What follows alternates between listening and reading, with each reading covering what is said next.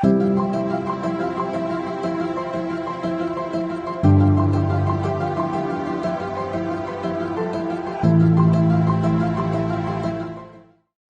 estamos iniciando a nossa aula número 309 do nosso curso de Filosofia Espírita e Interpretação dos Evangelhos segundo o Espiritismo, cujo título é atual Aplicações do Espiritismo.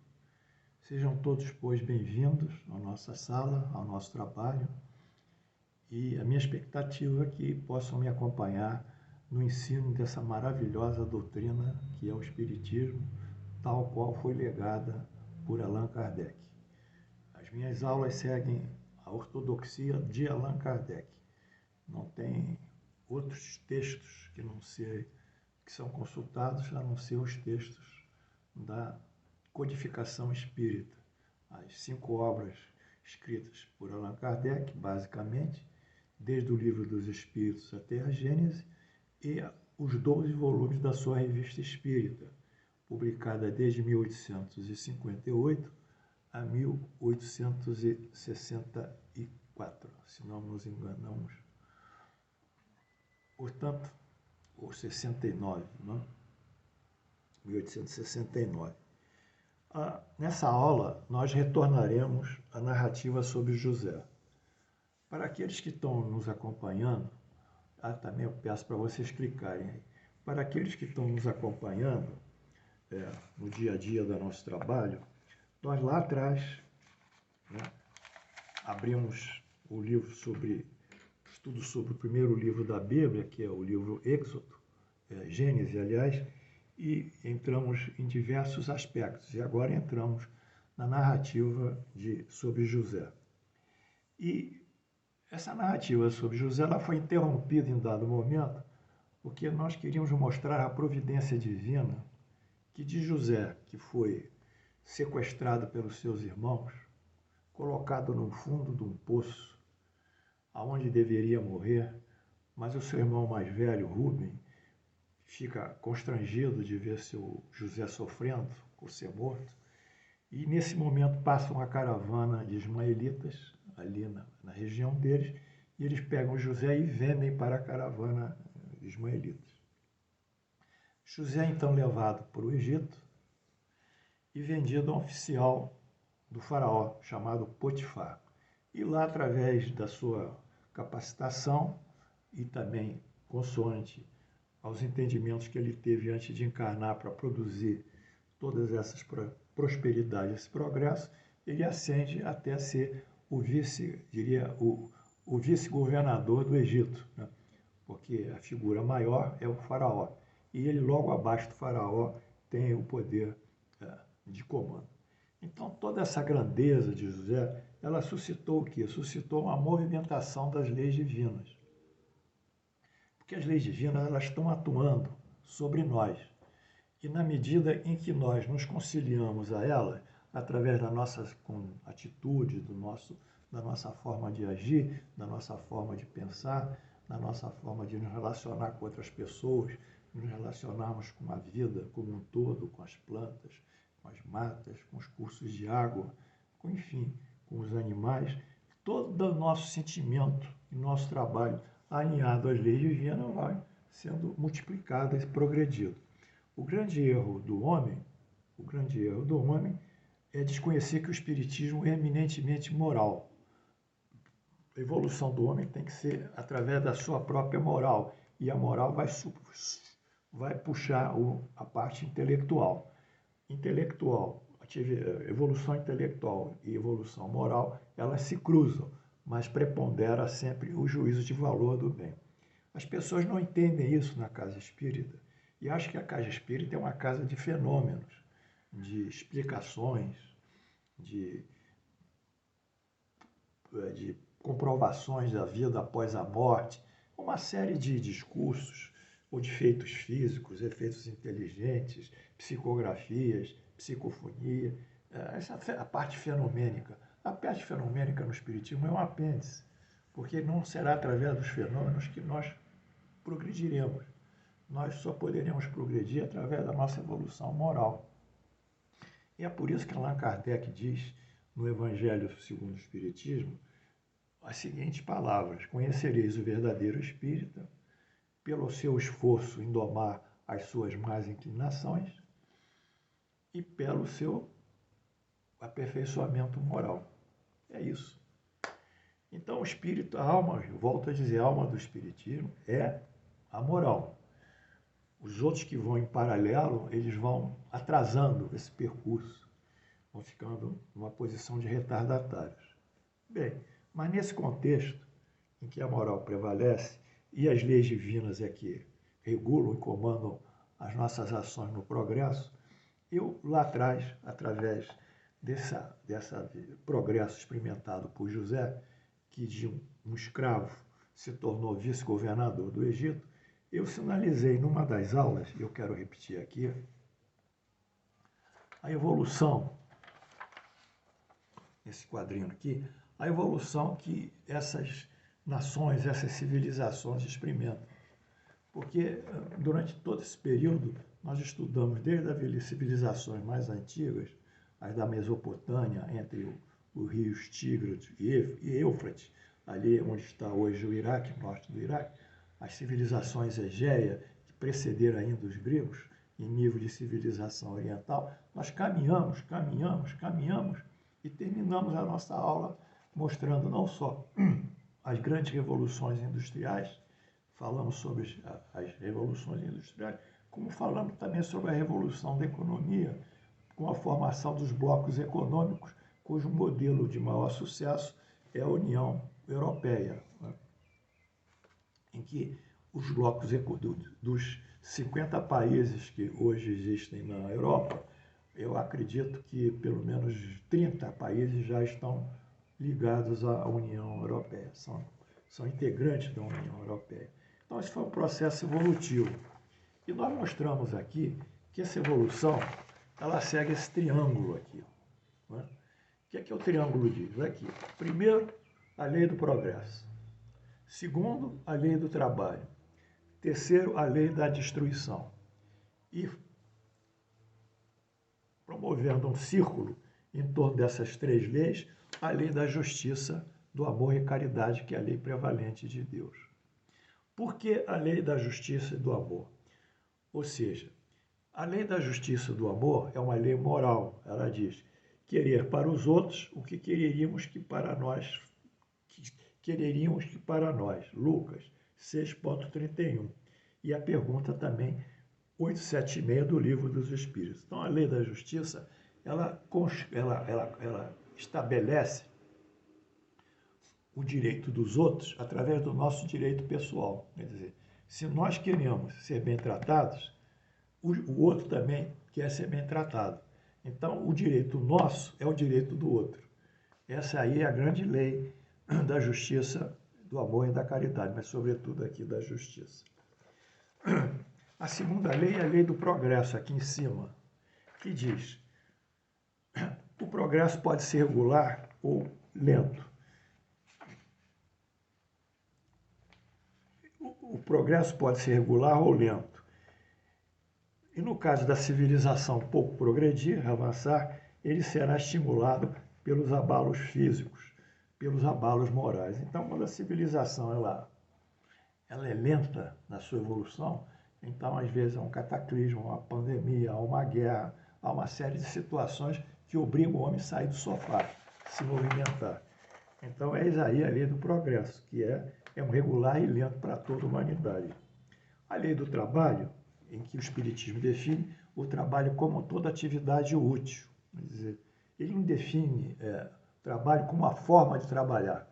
Ele define como a finalidade do trabalho, é o finalismo do trabalho, não a forma, porque o sujeito pode ser um auxiliar de serviços gerais numa empresa, aquela é a forma dele trabalhar, ser auxiliar de serviços gerais, ou pode ser um digitador, ou pode ser um vendedor, ou pode ser um executivo de maior nível, executivo.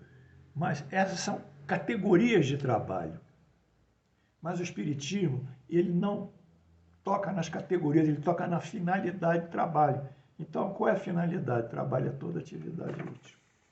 Então, trabalha toda atividade útil. Então, o serviço, aquele que trabalha como auxiliar de serviços gerais, ele é tão digno, ele é tão responsável, ele é tão valorizado como aquele que está lá em cima digitando um contrato, um advogado digitando um contrato qualquer. Então, afinal, o Espiritismo ele consigna o trabalho como toda atividade útil. Então, para nós espíritas, não há discriminação referente ao trabalho. Toda atividade útil, vocês entenderam? Isso pode mobilizar muitas pessoas que estão aí dizendo, aquele ali só trabalha num cargo inferior, devia ter um cargo superior. Ele pode ter um cargo superior, se a gente der condições para ele crescer. Porque se ele nasceu numa situação social deficitária em relação à sua educação, em relação à economia, dinheiro, finanças, se ele nasceu numa situação, nós temos que empurrar ele para ele crescer, porque sozinho ele não vai crescer. Então, aqui o trabalho é toda atividade útil. E a última lei é a lei da destruição, que é a primeira etapa da transformação. É a pergunta 728 do Livro dos Espíritos. A destruição é a primeira etapa de transformação. Nós temos que destruir para transformar e para renovar. Toda destruição tem o signo da renovação e da melhoria. Então, essas três leis é que empurraram a civilização para o progresso, e todas elas reguladas por uma lei maior, que é a lei da justiça, do amor e da caridade. Então, foi isso que nós falamos lá atrás, relativamente a Moisés, a José, no seu crescimento, né? E as civilizações que foram sendo formadas a partir de então. E hoje nós vamos voltar a José. Vamos voltar. Mas tem mais um ponto que eu queria dizer também, que nesse progresso que nós estamos apresentando, aqui eu falei que a lei do progresso na formação dos blocos econômicos. Os países se grupam rumo a um modelo novo econômico, né? Eu fiz aqui desde os artesãos até o mercado comum europeu, a União Europeia, aqui em cima. Foi lá, foi subindo a linha nas diversas etapas da economia subir. Bem, para mim, como espírito, eu vejo a consolidação desses blocos econômicos como um status social mais avançado entre diversos países, cada um guardando a sua cultura, a sua nacionalidade, a sua tradição, muitas vezes a sua religiosidade, a sua religião, mas todos agregados num bem comum, que é a geração de riquezas e a melhoria do quadro social de todos os cidadãos que integram essa condição de integrantes, integram a união dos blocos econômicos, cujo modelo melhor é a União Europeia. E acho, permito-me dizer aqui, eu tenho que falar, eu acho que também que esse modelo de União da União Europeia é um modelo melhor que o capitalismo e o comunismo, o socialismo, que o socialismo ele fracassa, ele não tem viés, porque quando o Estado entra num sistema de controle, ele fracassa. Não adianta, a história disse, a resposta da história é o fracasso dos regimes, desde a primeira Revolução de 1917, todas elas fracassaram, nenhuma sobreviveu, ou se sobrevive no estado de deficiência econômica dos cidadãos e alta repressão das liberdades individuais, da liberdade de expressão e de opinião. Mas eu acho que na minha cabeça, estou pensando com vocês, a minha ideia, dentro desse modelo econômico, seguindo essa lei do progresso, é o liberalismo econômico, com responsabilidade social. Quer dizer, livre.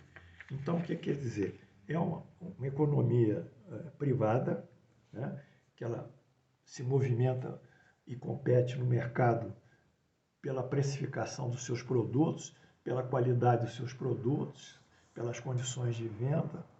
Então, é um mercado que se movimenta num estado competitivo, que é necessário para que os produtos cada vez mais sejam melhor trabalhados, melhor qualificados. E esse liberalismo econômico, ele, naturalmente, as corporações elas vão ter que apresentar lucro no final do exercício, não é?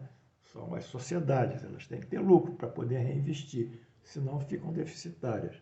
Então, essa política liberal econômica, ela tem uma contrapartida da responsabilidade daqueles que geram essa riqueza e que também tem uma parte nessa riqueza, que são os dividendos que eles têm.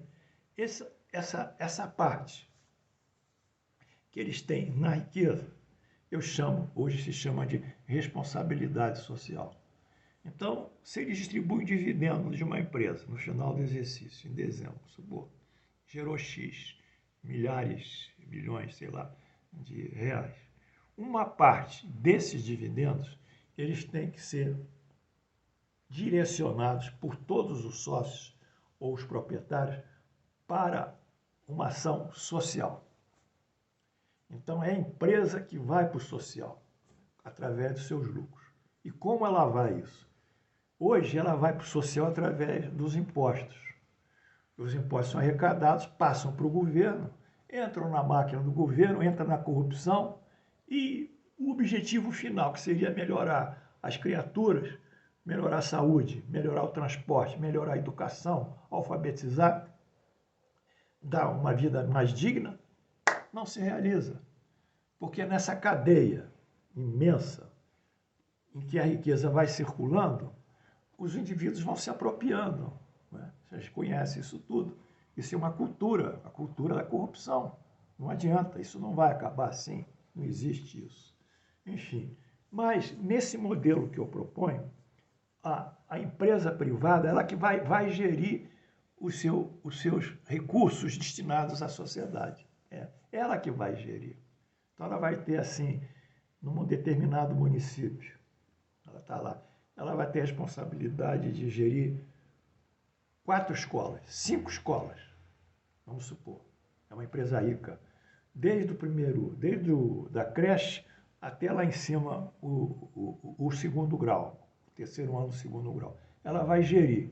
Como ela vai gerir? Ela não vai pegar mais uma vez o dinheiro e colocar para o governo administrar essa riqueza. Isso não vai dar certo. Nunca deu. É difícil. Então, essas empresas, elas vão tirar a sua riqueza e elas vão, em parceria, agora sim, com o governo, elas vão fazer a governança dessa riqueza e a distribuição dessa riqueza para a implementação dos projetos sociais. Aí é diferente. Ela que controla a riqueza. Se tem que comprar mais 10 computadores pela escola, ela vai fazer a licitação. Vai tomar o preço menor possível. Claro que ela não quer. É uma empresa particular, ela não vai dar prejuízo, mesmo numa doação, numa responsabilidade social. Ela vai fazer a licitação dos computadores, ela vai colocar os computadores e ela vai ter técnicos que façam a supervisão e o controle da manutenção deles. Então, nada vai ficar mais ao descalabro, porque o descalabro hoje nasce justamente da má gestão da riqueza.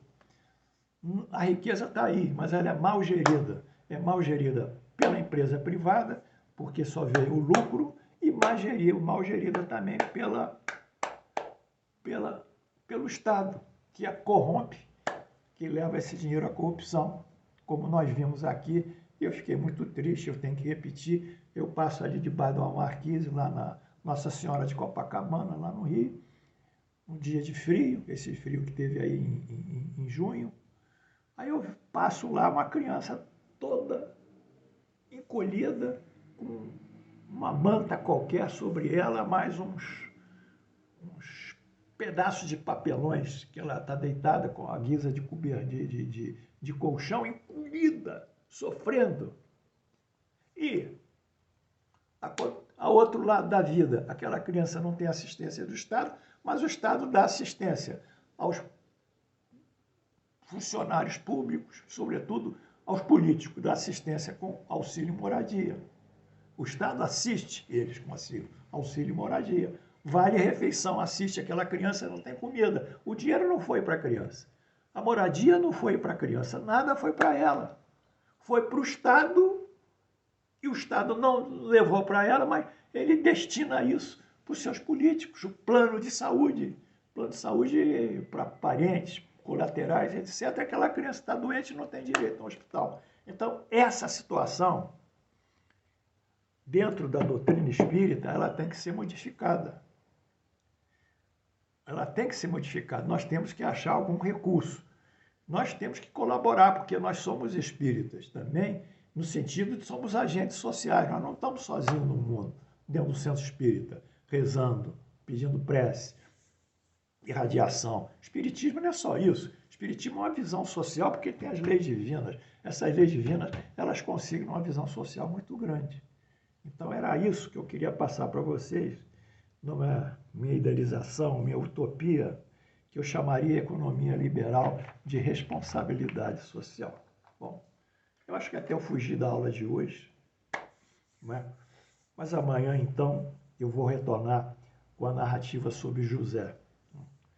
Já que nós esgotamos esses aspectos, e amanhã nós vamos estudar outra vez a Bíblia, com o reencontro de José com seus irmãos, o faraó tomando conhecimento da vinda dos irmãos ao Egito. Quer dizer, os irmãos eles vão migrar para o Egito, vão viajar para o Egito, em razão da fome, dos 7 anos de fome que aquela região passava.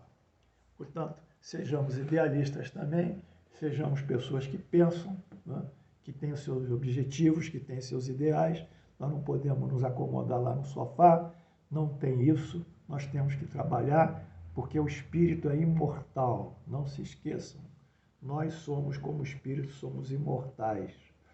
Quando aqui a gente pensa, vou me aposentar e daqui a uns anos eu vou desencarnar, a pessoa está entendendo que vai terminar todas as suas preocupações e todos os seus projetos entendendo mal, porque após a desencarnação continuará a sua responsabilidade, continuará o seu trabalho, continuará o seu estudo, continuará a sua evolução, não no mundo físico, mas no mundo espiritual, porque o espírito é esse princípio inteligente, esse ser inteligente criado por Deus para dar vida a toda a sua criação através do seu intelecto e da sua moral. Que Deus e Jesus nos abençoe. E eu peço desculpa se eu falei isso, mas eu achei que devia falar. Até, um beijo.